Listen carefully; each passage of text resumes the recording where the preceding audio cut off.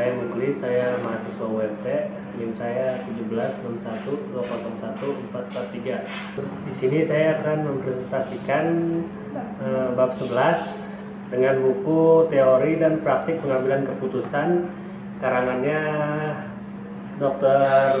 Hamdani SE MM MAK. Di sini saya akan mempresentasikan bab 11 dengan judul pengambilan keputusan dan analisis rasio keuangan.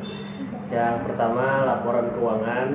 Laporan keuangan merupakan hasil akhir dari proses akuntansi yang digunakan sebagai dasar pengambilan keputusan bagi penggunanya.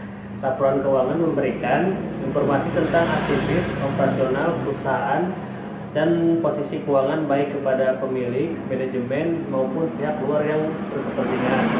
Laporan keuangan financial statement terdiri dari laporan laba rugi, income statement, laporan neraca, balance sheet, laporan saldo laba, statement of trade, dan catatan atas laporan keuangan. Yang kedua, analisis rasio keuangan. Rasio keuangan adalah perbandingan unsur-unsur dari laporan keuangan. Pihak-pihak yang berkepentingan dengan analisis laporan keuangan adalah manajer, analisis kredit, dan analisis sekuritas. Dengan menganalisis laporan keuangan yang menggunakan alat-alat ukur rasio keuangan, maka seorang manajer dapat mengambil keputusan mengenai keuangan perusahaan untuk masa yang akan datang. Di sini ada beberapa cara dalam menganalisis rasio keuangan. Yang pertama, analisis horizontal, yaitu perbandingan rasio keuangan perusahaan dari tahun-tahun yang lalu dengan tujuan untuk melihat tren dari rasio-rasio perusahaan selama kurun waktu tertentu. Yang kedua, yaitu analisis vertikal, membandingkan data rasio keuangan perusahaan dengan rasio semacam dari perusahaan lain yang sejenis atau industri atau untuk waktu yang sama. Selanjutnya, yang terakhir, kombinasi dari analisis horizontal dan vertikal, yaitu dengan menggabungkan atau kombinasi dari kedua analisis tersebut. Berikut ini disajikan perhitungan dan analisis rasio yang mengacu pada laporan keuangan. Yang pertama ada rasio likuiditas, yaitu ada rasio yang menggambarkan hubungan kas perusahaan dan aktiva lancar lainnya terhadap utang lancar. Yang kedua, current ratio, yaitu rasio yang menunjukkan sejauh mana kewajiban jangka pendek dari para kreditur dapat dipenuhi dengan aktiva yang diharapkan akan dikonversi menjadi uang tunai dalam waktu dekat.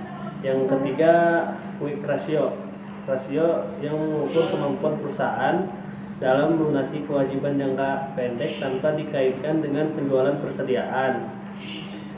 Yang keempat, inventory to capital, adalah rasio yang mengukur atau membandingkan antara jumlah persediaan yang ada dan modal kerja perusahaan. Dan yang kelima, cash ratio, merupakan rasio yang mengukur seberapa besar uang kas dan setara kas yang tersedia untuk membayar utang.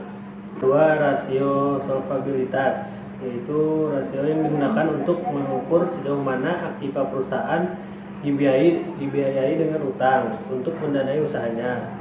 Perusahaan memiliki sumber dana yang berasal dari pinjaman dan modal sendiri. Pertimbangan untuk pendanaan yang berasal dari pinjaman dan modal sendiri perlu terlebih dahulu mempertimbangkan analisis rasio keuangan.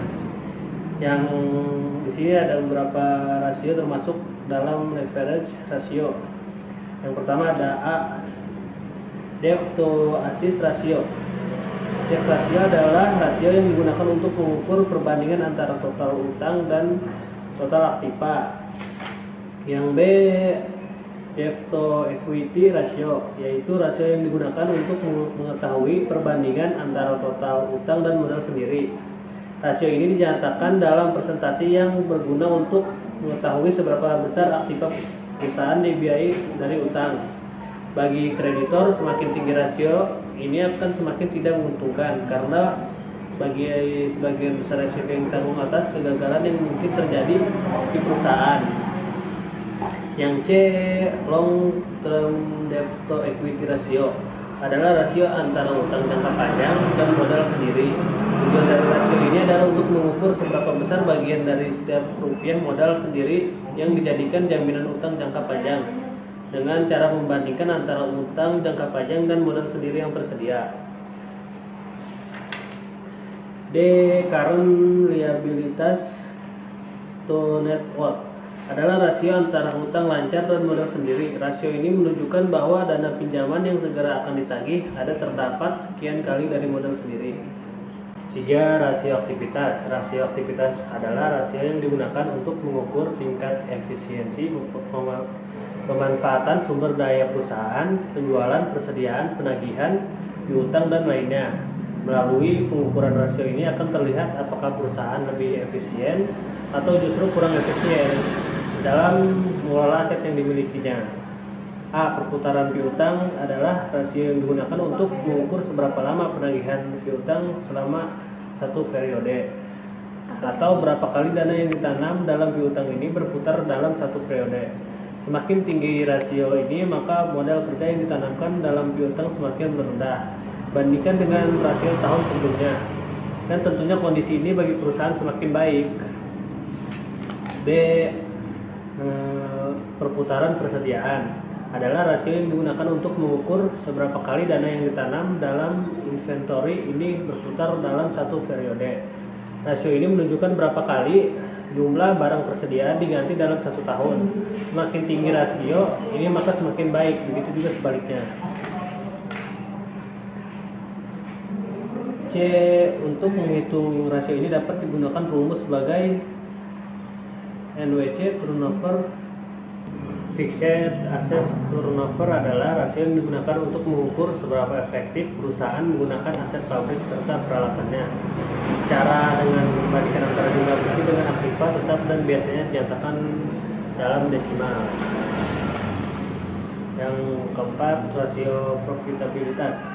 Rasio profitabilitas merupakan rasio untuk menilai kemampuan perusahaan dalam mencari keuntungan. Rasio ini menggambarkan tingkat efektivitas manajemen perusahaan dalam memperoleh laba.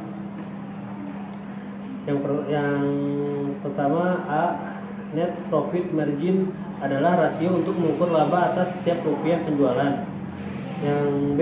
Return on investment merupakan rasio yang menunjukkan hasil return atas jumlah aktiva yang digunakan dalam perusahaan atau suatu ukuran tentang efisiensi manajemen. Yang C. Return on equity atau rentabilitas modal sendiri adalah rasio yang digunakan untuk mengukur laba bersih sesudah pajak. Dengan modal sendiri, rasio ini menunjukkan efisiensi penggunaan modal sendiri. Semakin tinggi rasio ini semakin baik, artinya posisi kepemilikan perusahaan semakin kuat, begitupun sebaliknya. Sekian presentasi dari saya. Wassalamualaikum warahmatullahi wabarakatuh.